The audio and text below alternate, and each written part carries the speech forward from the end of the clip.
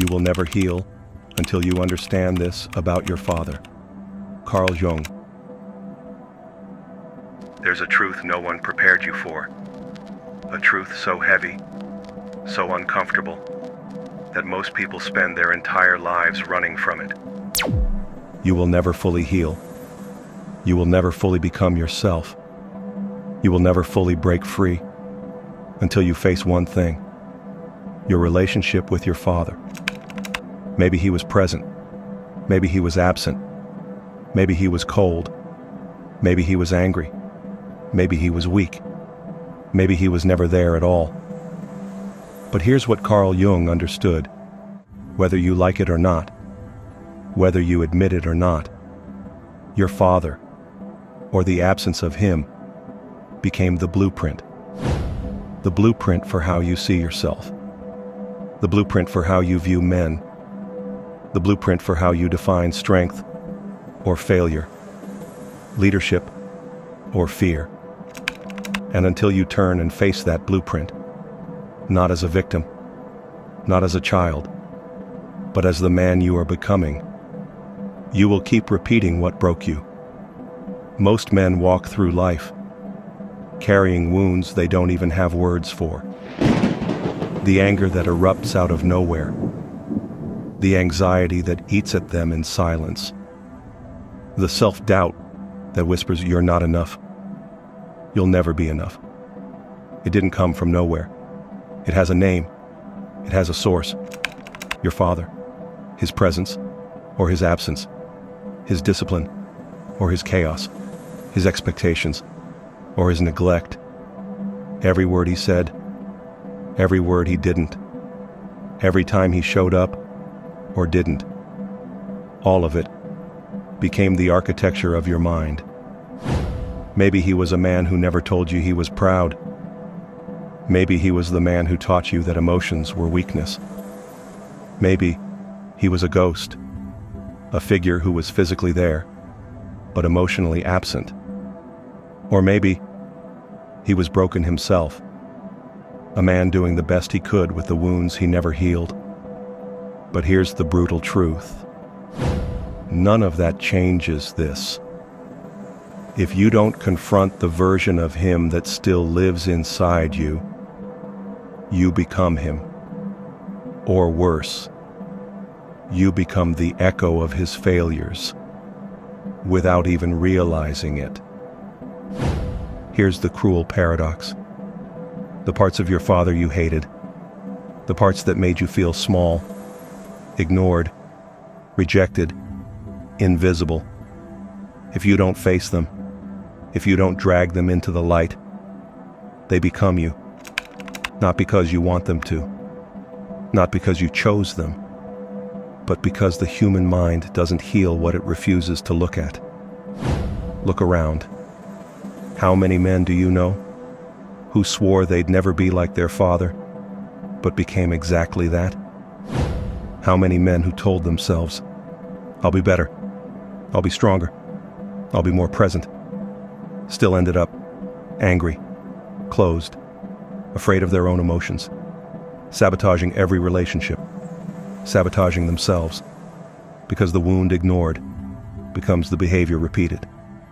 Carl Jung said it best: until you make the unconscious conscious, it will rule your life, and you will call it fate. This isn't just healing work.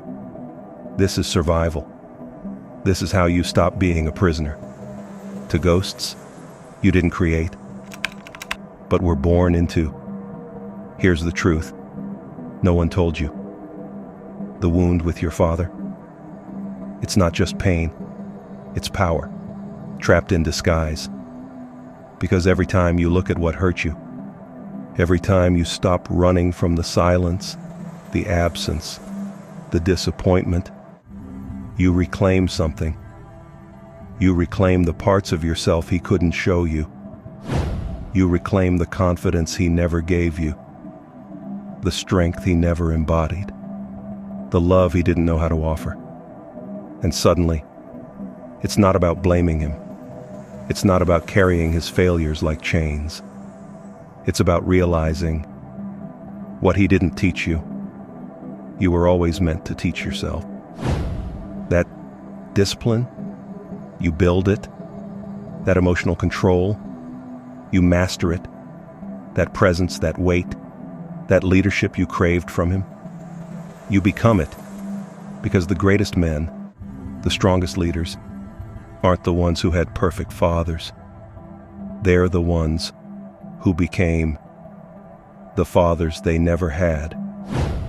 Not just for themselves, but for the younger version of them still trapped inside, waiting, hoping, needing someone to finally show up. This is where the shift happens.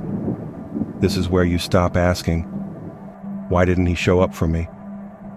Why wasn't he what I needed? And you start asking, how do I become the man I always needed him to be? Because the truth is brutal, but freeing. No one's coming to save you. Not your father, not the world, not anyone.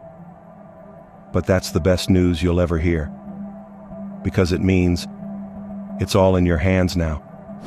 You stop looking for closure and apologies that will never come. You stop waiting for validation from someone who was too broken to give it. You stop rehearsing conversations in your head, hoping one day he'll finally say, I'm proud of you. You say it to yourself. You become the proof. You become the man who carries his own name like a crown. The man who breaks the cycle. The man who looks in the mirror and realizes, I'm not here to repeat the story. I'm here to end it. And in that moment, you stop being the son of your father's shadow, and you start being the father of your own destiny. From this point forward, your life becomes about one thing: reconstruction. Reconstructing the man you were always meant to be.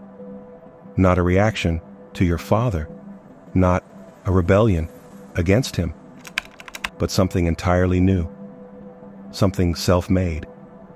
You start setting standards, not for others, but for yourself. You stop tolerating your own laziness, your own excuses, your own moments of smallness. Because the man you're becoming, he doesn't beg for respect. He commands it through presence, through discipline, through the way he holds himself when no one's watching. You stop chasing approval and start chasing mastery. You stop saying, I hope I'm good enough, and start saying, watch me. Watch me build what no one handed me. Watch me become what I never got. Watch me carry a name that means something now.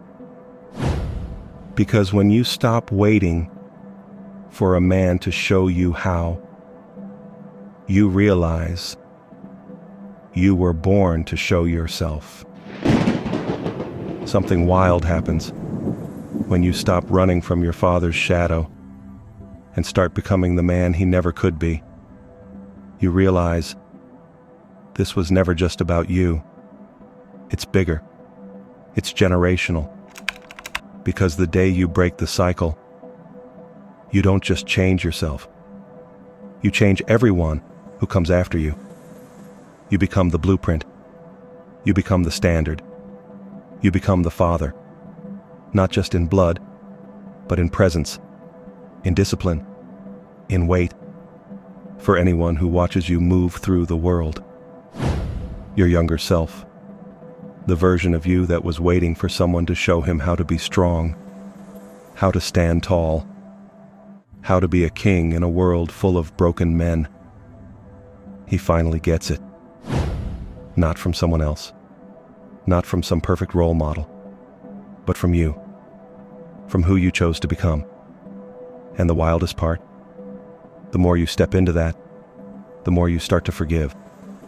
Not because it makes what happened okay, not because you forget, but because you're too busy building to carry resentment anymore.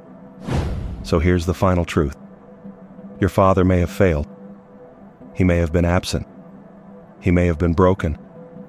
Or maybe He simply didn't know how to be the man you needed. But that's not your legacy. That's not your ending. You are not here to carry his mistakes. You are not here to repeat his story.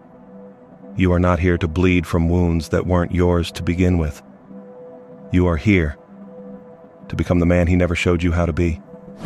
Not because you're bitter, not because you hate him, but because you finally understand this is your life now. Your name, your story, your crown. You don't wait for anyone to hand it to you. You don't ask for it. You take it. You build it. And from this moment forward, you are not the son of your father's shadow. You are the father of your own destiny. And nothing will ever be the same again.